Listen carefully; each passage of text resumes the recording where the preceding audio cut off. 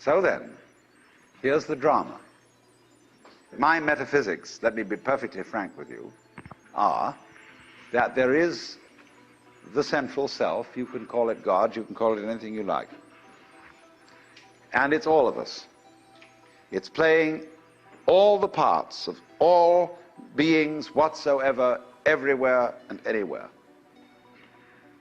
And it's playing the game of hide and seek with itself. It gets lost, it gets involved in the farthest out adventures, but in the end, it always wakes up and comes back to itself. And when you're ready to wake up, you're going to wake up. And if you're not ready, you're going to stay pretending that you're just a little, poor little me.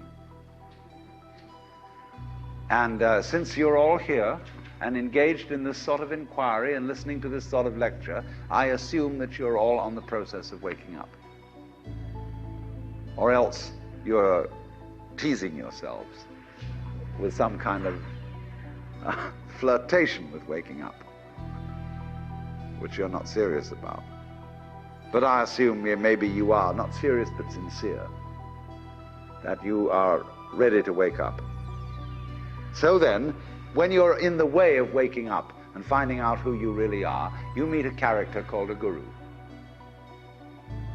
As the Hindus say, this word, the teacher, the awakener. And what is the function of a guru? He's the man who looks at you in the eye and says, oh, come off it. I know who you are. You know, you come to the guru and say, sir, I have a problem. I'm unhappy and I want to get one up on the universe, or I want to become enlightened. I want spiritual wisdom. Ah, and the guru looks at you and says, who are you? You know Sri Ramana Maharshi, that great Hindu sage of modern times? People used to come to him and say, Master, who was I in my last incarnation? As if that mattered. And he would say, who is asking the question?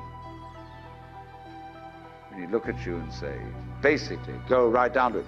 You're looking at me, you're looking out, and you're unaware of what's behind your eyes. Go back in and find out who you are, where the question comes from, why you ask. And if you've looked at a photograph of that man, I have a gorgeous photograph of him. And you look in those, I walk by it every time I go out of the front door. And I look at those eyes and the humor, the lilting laugh that says, oh, come off it, man. Shiva, I recognize you. When you come to my door and you say, I'm so-and-so, I say, ha ha, what a funny way God has come on today.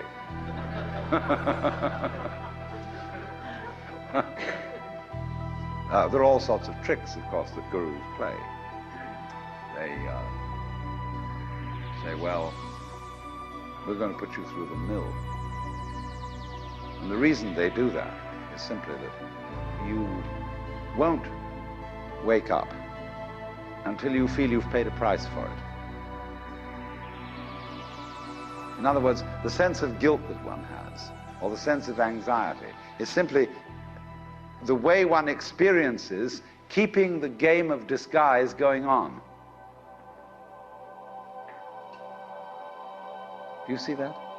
Supposing you say, I feel guilty. Christianity makes you feel guilty for existing. That somehow the very fact that you exist is an affront. You are a fallen human being. I remember as a child when we went to the services of the church on Good Friday, they gave us each a colored postcard with Jesus crucified on it. And it said underneath, this have I done for thee, what doest thou for me? You know, you felt awful. You nailed that man to the cross. Because you eat steak, you have crucified Christ. Because you killed the bull. After all, you depend on it. Mithra, it's the same mystery. And what are you going to do about that? This have I done for thee, what doest thou for me? You feel awful that you just exist at all. But that sense of guilt is the veil across the sanctuary. Don't you dare come in. In order to, in all mysteries, when you're going to be initiated, there's somebody saying, don't you come in. You've got to fulfill this requirement, and this requirement, and this requirement, and this requirement, then we'll let you in. And so you go through the mill. Why? Because you're saying to yourself, I won't wake up until I feel I deserve it. I won't wake up until I've made it difficult for me to wake up. So I invent for myself an elaborate system of delaying my waking up. I put myself through this test and that test, and when I feel it's been sufficiently arduous, then I may at last admit to myself who I really am and draw aside the veil and realize that after all, when all is said and done, I am that I am, which is the name of God.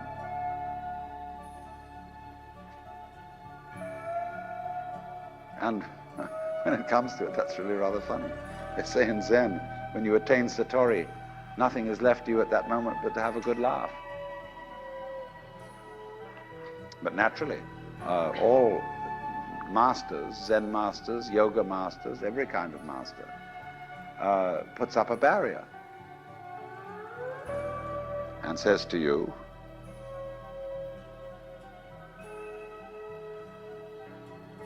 he simply plays your own game. We say anybody who goes to a psychiatrist ought to have his head examined. Because when you go to a psychiatrist, you define yourself as somebody who ought to have his head examined. Same way, the Zen masters say anybody who studies Zen or comes to a Zen master ought to be given 30 blows with a stick. Because he was stupid enough to pose the question that he had a problem. But you're the problem. You put yourself in this situation. So it's a question fundamentally. Do you define yourself as a victim of the world or as the world?